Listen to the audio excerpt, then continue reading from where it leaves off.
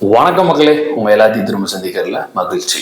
ஒரு மனிதன் கடலுக்குள்ள அல்லது நீருக்குள்ள தோராயமா 2-3 நிமிடங்கள், அதிகபட்சம் ஒரு 6-7 நிமிடங்கள் மூழ்கி இருக்கலாம். 5 மணி நேரம் நீருக்கடியில் மட்டும் வேலை செய்யும் ஒரு மனிதன் இல்ல, ஒரு கூட்டமே இருக்கு. அவங்களோட வாழ்க்கையும் நீருக்கு மேலதான். அவங்க நிலத்துக்கு வரதே ரொம்ப அரிதான செயல். அப்படிப்பட்ட மனிதர்கள் நம்ம எங்காவது கேள்விப்பட்டது உண்டா? அப்படிப்பட்ட மனிதர்களும் இப்போ வாழ்ந்துட்டு இருக்காங்க. அவங்களோட வாழ்க்கை முறை எவால்வ் ஆயிட்டு இருக்கு. மாற்றங்களுக்கு உட்பட்டு அவங்களோட செயலுக்கு ஏற்ற மாதிரி எப்படி அவங்களோட வாழ்க்கை முறை மாறி இருக்கு அப்படிங்கிறத நம்ம இந்த காணொலியில பார்க்க போறோம். வாங்க அவங்கள பத்தி நாம தெரிஞ்சுக்கலாம்.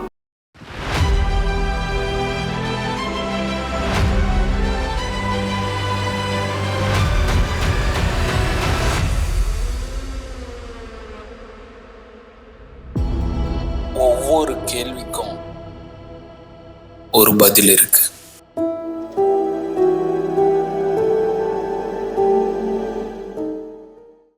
மெலிசா லிகிட் அப்படின்னு அழைக்கப்படக்கூடிய ஒரு ஆராய்ச்சியாளர் இப்படிப்பட்ட மனிதர்கள் வாழ்ந்து கொண்டு இருக்கிறாங்க அப்படின்னு தெரிஞ்சுக்கிட்டு அவங்களோட கூட்டத்துக்கு நடுவுல போறாங்க. அவங்கள ஆராய்ச்சி செய்யறதுக்காக திடீரென ஒரு படகுல ஏற்றி அவங்கள கடலுக்கு நடுவுல கூட்டிட்டு போயிட்டாங்க. அந்த படகுல வெறும் பெண்கள் மட்டும்தான் இருந்திருக்கிறாங்க. நேரம் போயிட்டே இருக்கு. தோராயமா ஒரு சில மணி நேரங்களுக்கு அப்புறம் ஆண்கள் ஒவ்வொருத்தரா கடலுக்கு அடியில் இருந்து மேல வராங்க. அப்ப அவங்க அங்க இருக்கிற மக்கள் கிட்ட கேட்கிறாங்க, இவங்க கடலுக்கு அடியில் என்ன பண்ணிட்டு இருந்தாங்க அப்படின்னு கேட்டா 5-6 மணி நேரங்கள் அவங்களோட பணி நேரம். அந்த நேரங்கள்ல மீன் பிடிப்பது, சிற்பிகள் பொறுக்குவது போன்ற செயல்களை கடலுக்கடியில செய்யறதுதான் இவங்களோட வழக்கம். இவங்க அந்த வேலையை முடிச்சுக்கிட்டு வீட்டுக்கு திரும்பினதுக்கு அப்புறம் அங்க இருக்கிற பெரியவங்களோட இவங்க சகஜமா பேச ஆரம்பிக்கிறாங்க. அப்பதான் அவங்க அந்த பெரியவங்ககிட்ட உங்களோட உடல்ல பரிசோதிச்சு பார்க்கலாமா அப்படின்னு கேட்கிறப்போ கண்டிப்பா பரிசோதிச்சு பார்க்கலாமா அப்படின்னு அவங்களோட உடம்ப பரிசோதிச்சு பார்க்கறாங்க. அங்க அவங்க கண்டுபிடிக்கிறது என்னன்னு பாத்தீங்கன்னா அவர்களோட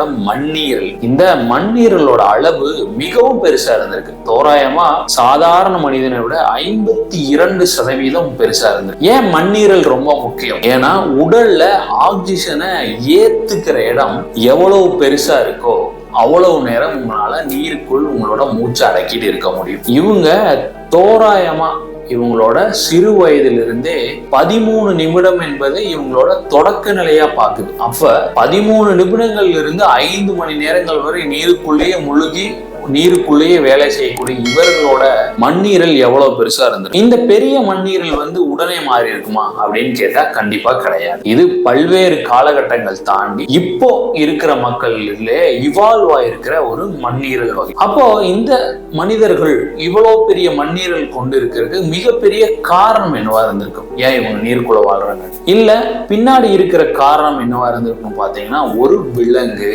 சுமார் நூற்றாண்டுகளுக்கு முன்பாவே அழிஞ்சு போன டெனிஸ் அப்படின்னு அழைக்கப்படக்கூடிய ஒரு விலங்கு. இந்த விலங்கோட மண்ணீரலை இவங்களோட ஜெனட்டிக் மூலமா அவங்க சுமந்துட்டு வந்திருக்காங்க. FAM 198 ஃபேமிலி 198 அப்படிங்கிற கூட்ட வகையை சேர்ந்த இந்த டேனி அப்படிங்கிற விலங்கு பல்வேறு காலகட்டங்கள்ல இருந்ததாகவும் அழிஞ்சதாகவும் தோராயமா ஒரு நூற்றுக்கணக்கான வருடங்களுக்கு முன்னாடி அழிஞ்சிருக்கு. அப்போ அந்த கூட்டத்திலிருந்து இந்த மக்களுக்கு ஏற்பட்ட தொடர்புனால அந்த மண்ணீரல் வகையை இவங்க உடம்பு சுமந்துட்டு வந்திருக்கு. இவங்க PED10A அப்படிங்கிற ஒரு கூட்டத்தை சேர்ந்தாங்க. இந்த கூட்டத்தை சேர்ந்த மக்களுக்கு தான் நீர்ல அதிக நேரம் இருக்கக்கூடிய ஒரு தனித்திறமை இருக்கும். ஆனா இவங்க அந்த தனித்திறமையை மேம்படுத்தி FAM 198 PED10A இவங்க 2 பேரும் ஒருங்கிணைஞ்சு ஒரு கூட்டமைப்பா இவங்க உருவாகிறாங்க அப்படிங்கிற ஒரு ஆச்சரியமான தகவலை ஆராய்ச்சியாளர்களுமே கொடுக்குறாங்க. பிறகு ஆராய்ச்சியாளர்கள் என்ன சொல்றாங்கன்னா எவ்வளவு தூரம் நம்மளுடைய உடம்பு ஆக்சிஜனை உள்ளே ஏத்துக்குதோ அதே நேரத்துல நம்மளோட உடம்பு கார்பன் டை ஆக்சைடையும் வெளியேற்றணும். அப்ப நீங்க பெருசா உள்ளெழுத்தீங்கன்னா பெருசா இதுவும் உள்ள வரணும், வெளியும் போகணும். இப்ப இந்த செயல்பாடு எப்படி நடக்குது அப்படிங்கிறது பெரிய ஆச்சரியத்துடன் கூடிய கேள்விக்குறி அப்படின்னு சொல்றாங்க. வாழ்க்கை முறையில நிலம், நீர், ஆகாயம் இந்த 3 மட்டும்தான் மாறாது, மற்ற அனைத்துமே மாற்றத்துக்குரியது அப்படிங்கிறதா இவங்களோட கட்டுரையை படிச்சப்ப எனக்கு புரிஞ்சது. நம்ம மனிதர்களாக பிறந்து நம் கண் முன்னாடி உயிரோட இருக்கிற இந்த மக்கள், பாஜி மக்கள், இப்ப 5 மணி நேரம் நீருக்குள்ள, கடலுக்குள் தங்களோட வேலையை செய்து கொண்டு கடலுக்குள்ளேயே வாழ்ந்து கொண்டிருக்கிறாங்க. வெறும் படகு மேல. நிலத்திற்கு அவங்க வரதே அரிது. வாழ்க்கையில இவால்வ் ஆகிறதுக்கு, மாற்றங்களுக்கு உட்பட்டு வாழ்வதுதான் வாழ்க்கை அப்படிங்கிற ஒரு பெரிய தத்துவத்தையே இந்த கட்டுரை எனக்கு புரிய வச்சு. கண்டிப்பா இந்த மக்களை பத்தி தெரிஞ்சுக்க உங்களுக்கு விருப்பத்தை கொடுத்திருக்கும் நம்புறேன். இன்னொரு காணொளியில உங்களை சந்திக்கிறேன்.